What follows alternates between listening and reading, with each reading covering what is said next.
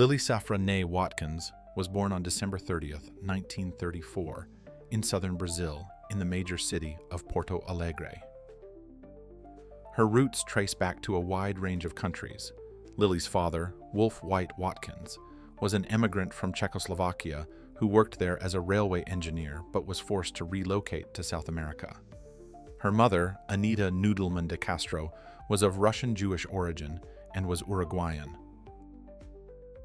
In her childhood, despite the family's dire financial situation caused by the need to support 3 children, Lily was nevertheless able to receive a solid education. She was fluent in English and French.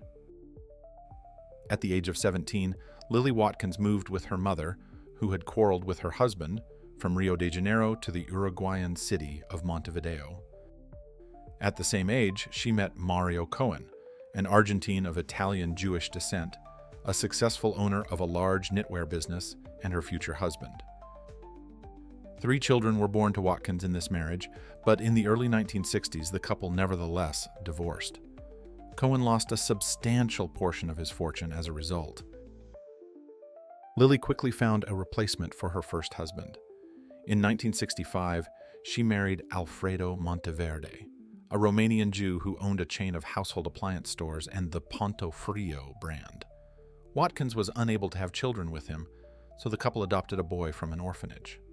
Their adopted son, Carlos, brought the spouses closer together, but 4 years later, a dark period once again descended on Lily Watkins's personal life. Monteverde took his own life due to depression.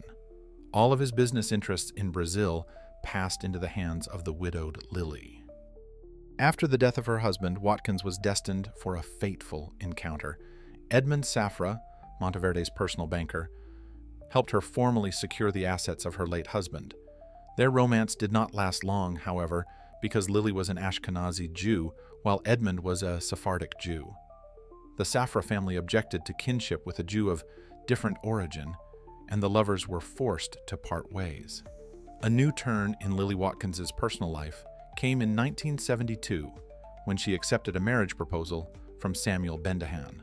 According to people close to her, Lily did so solely to provoke Edmond's jealousy and motivate him to pursue her more actively. This marriage lasted only 2 weeks, although the divorce was finalized a year later. In 1976, Watkins and Safra finally married. This was Lily's last marriage and Edmond's first, as he had spent his life fearing that he might fall prey to a fortune hunter after his multi-billion-dollar wealth. Among the especially distinguished guests at the wedding were Ronald Reagan and his wife, as well as Aga Khan IV, the spiritual leader of the Muslim community. By marrying Safra, Lily definitively cemented her status as a socialite, as she became connected to a great banking dynasty from which her new husband hailed.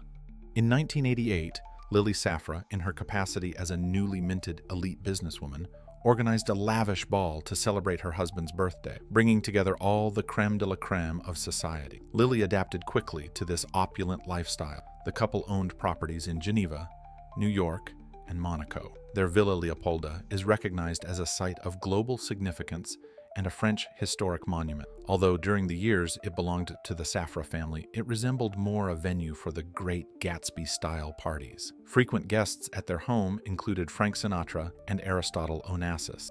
In the 1990s, Edmond was diagnosed with Parkinson's disease. In an attempt to at least temporarily alleviate the physical pain, he began using drugs. However, Safra did not die from the illness itself. The cause of his death was an arson attack on the house on December 3, 1999.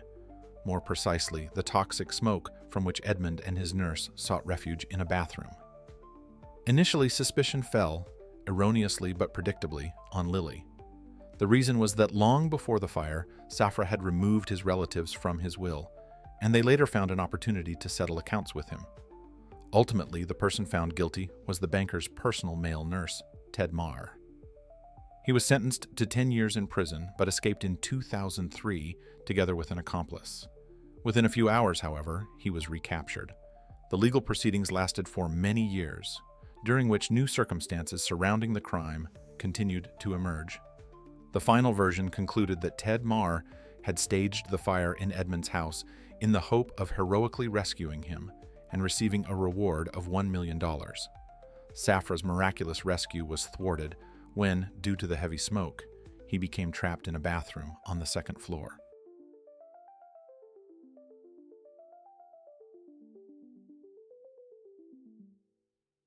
In 2009, the Elton John AIDS Foundation, Enduring Vision, recognized Safra's financial contributions to the organization and awarded her a prize.